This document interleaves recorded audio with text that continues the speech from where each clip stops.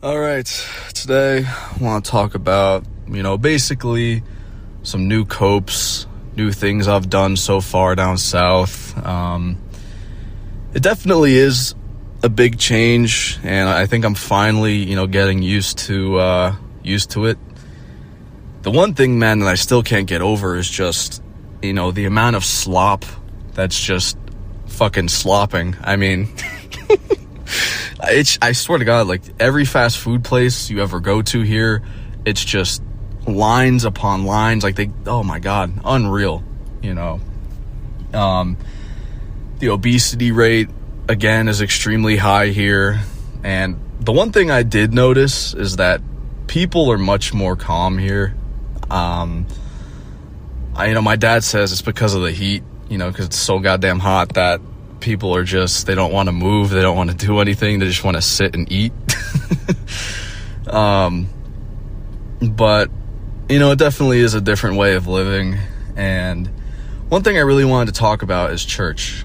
I've been going to a Baptist church because my grandmother's Baptist, and it's the whole irony with it too is that when I was living with my mom, I completely despised going to church. I'm Catholic, and the church I went to in itself, my mom, it was just like a constant fight every Sunday of going to the church. And man, it just sucked. I just did not like church. And, going to a Baptist church, the one thing that blew my mind. So the first week that, I started living here, because my grandma has a car, but she can't drive. She basically suggested it. She's like, oh, it's been a while, we should go to church. And like I said, my grandma's Baptist.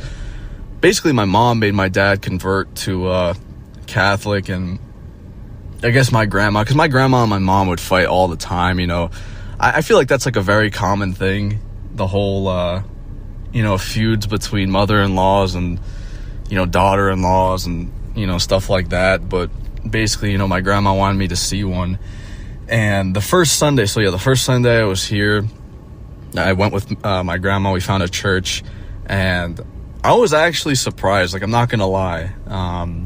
First off, the first, when I got there, everyone was like, oh, hi, you're new, hi. It's basically, the thing, like, I couldn't believe is, like, how nice the people were. It was like an actual community. And I still, it was still really weird because, it's no secret, like, my whole life I've been treated like fucking dog shit. And I don't know, I just was, like, very cautious of it. It came across as, like, super fake and just weird. I don't really know exactly how to, like, pinpoint it. But, and again, I was the youngest person there. And this is the thing, like, they remembered my name, they remembered who I was, all this stuff. These boomers were giving me their fucking phone numbers. If you ever need help, want to talk, we're here for you. And it just, I don't know, there's just something about it. Like, I just, I didn't really exactly want to trust it. It just seemed something seemed off. I don't know if my brain is just completely destroyed from years of neglect and bullying and all that stuff, to where at the point where I can't even, if people are trying to be genuine, I just can't even distinguish like the difference. But where I'm from, pretty much, the city, everyone's fucking angry and pissed off all the time. Just, I don't know, it's just different. But they welcomed me, and I was like, holy shit, like this actually isn't bad. For the one time in my life, I'm like, this actually isn't that bad. Because like I said, the church that I used to go to with my mom, my fucking God, even the priest, it's funny too, because with the Catholic church, they have to live a life of celibacy. But I'm telling you guys, that shit, it ain't even a choice with these fucking priests. Because the priest that we did have, I'm not even joking, this guy, maybe 5'1", and that's being generous. Like, this dude, absolute turbo, toad maxed, froglet maxed, fucking manlet. I've never, like, and yeah, like 5'1" is being generous. Like, this guy had to have been at least maybe 5 foot, 4'11", and oh my God, the one thing that he did have on his side, that God, had his back with, was he definitely, took away the Norwood Reaper. Because I'm telling you guys, this guy had a full head of hair. Not a single follicle was taken by the Norwood Reaper. God made sure to, take care of the Norwood Reaper and salvage his hairline. But, it definitely, I don't know why that shit's so funny, but, on the other hand, there's this, I guess, like, a sidekick, or, I mean, I didn't pay attention in church. I didn't give a fuck about any of that shit, because, like, it's just, like, even the whole, church itself, like, when me and my mom would get there, the people, man, it was like they were, like, fucking held hostage, like, they had, like, a gun to the back of their heads, like, they were being forced there, like, the people were just bitter, sour, no one talked to anybody. The only time anyone ever talked to each other was with the whole, peace be with you, you just give them a handshake and say that, and that was it.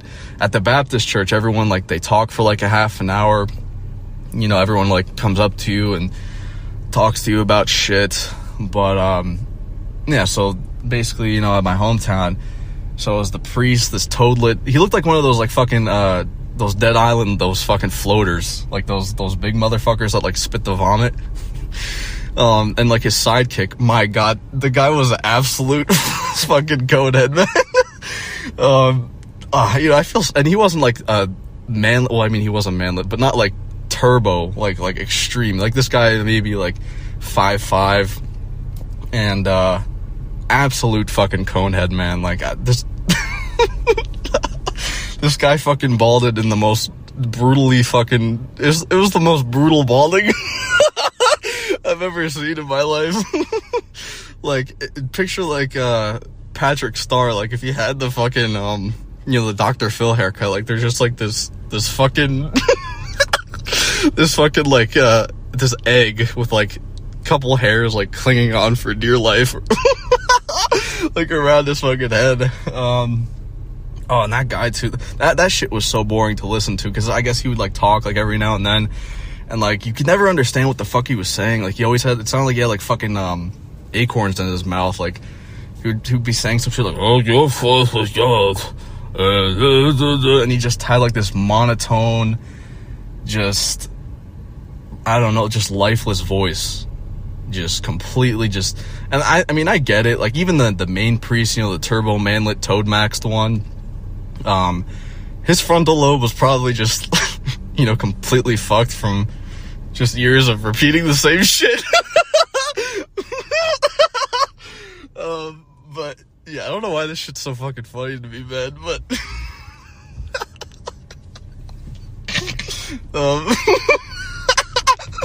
oh my God. But yeah, this fucking guy, so I'm just thinking about, like, what the fuck was I doing with my life, like, me just sitting in that fucking church every Sunday listening to this guy, just his fucking frontal lobe fucking rotten from this fucking regurgitating this fucking garbage. I can't even imitate what he was saying because I never paid attention because of how fucking boring it was. But, yeah, anyway, going back to, my grandma and the whole Baptist church, I wouldn't even say this is my fault at all. Like, I didn't do anything wrong. But, one thing I learned is that Southerners take religion extremely, extremely seriously. So basically, ever since, we pretty much have been going consistently. Like, we haven't missed a single Sunday yet. And every single Sunday, they've been asking us to become members. Even this one guy was saying how, he's like, oh, I haven't seen new faces in forever. I'd say because, it's just a small population. Like, there's been people who have been, like, going to this church for years and years. Like, everybody knows each other. Like, everyone has been going to this same church for years. They all know who they are. And even the guy was saying, too, I just remember this. He was saying, he's like, oh, I've been seeing newcomers in forever, especially your age. He just, like, making a joke. And it's not even a joke. Like, I'm telling you guys, again, like, I was the youngest person there by choice, aside from, like, the middle-aged parents with, bringing their kids and stuff. Aside from that, I was the youngest person there. Nobody there was in their 20s. Nobody at all. Truly mind-blowing. Like, the whole demographic for old and young, and again, like, I know I repeat this a lot, but it's like, there's nobody to meet that's around my age. It's truly just, like, crazy, But anyway, so about, like, 2 weeks ago, there again, the whole membership, this was after the mass or the service, The pastor and his wife, I guess you're allowed to have a wife in the Baptist church, I'm not sure, but, she's a nice lady. Like, she doesn't really, she's talked to me a couple times, and, she's like, say she's like in her late 50s. They're basically all talking, and my grandma's like, oh, you should tell them, because I'm Catholic. And she was like, oh, you should tell them you're Catholic. I was like, nah, like, just keep it under the radar. Like, they don't really need to know at all. There's really no point. And, we're all talking, and my grandma's like, come on, tell them. And, they're all like, tell us what? They all got excited. I'm like, oh, well, I'm actually Catholic. And they're like, oh, are you planning on converting? Are you going to convert? And I was like, no, I don't know. I don't think so. Like, cause this isn't something I necessarily really even care about. Again, I'm not really much of a social person to begin with. It's been like hard to socialize with these people. Like, that's why they kind of all just come up to me and talk. It has been awkward, but, it's nice, like I said. But yeah, their whole demeanor changed when I said that, and I guess it like spread like wildfire. The past 2 weeks, basically, hardly anyone has said hi to us. I'm just like stressed out and anxious now, and I'm like, I don't even want to go anymore. Like, I don't know if I'm just like overthinking it or what, but like everybody's just whole demeanor changed, and I'm just like, great, back to freaking square one. I'm thinking about just not even going anymore and just dropping my grandma off, because it's like, I just feel super uncomfortable there now, and I'm just like, well, I guess I poisoned the well. Oh well, it is what it is. But I don't know, I feel like unwanted again. And I just like get like a massive like cortisol spike, every time I go there now. And, I always get this comment, and it goes like this. It's basically, you have to find Jesus, look for God, find God, and things will be okay. And it's like, and then do what? I find that the most religious people, I'd say like a huge majority of people who are religious, are those that are unfortunate by just random chance, just complete random chance. Those that are born genetically unfortunate, those that are born in poverty, those that just, some random health problem occurs. That's when people turn to God, when things are bad. And there has to be a reason for my suffering.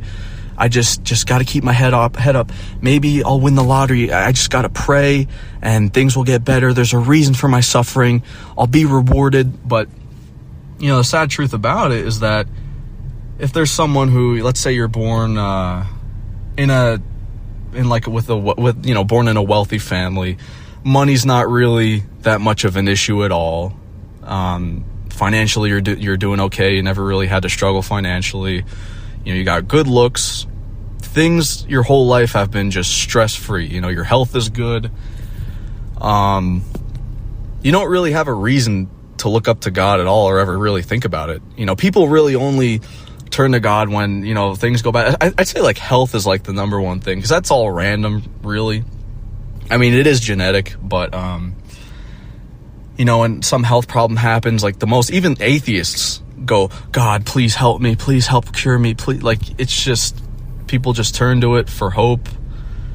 I wouldn't say religion is necessarily about God at all. I'd say it's about just, this is going to sound like corny, but like, it's really about, a sense of community and like people getting together.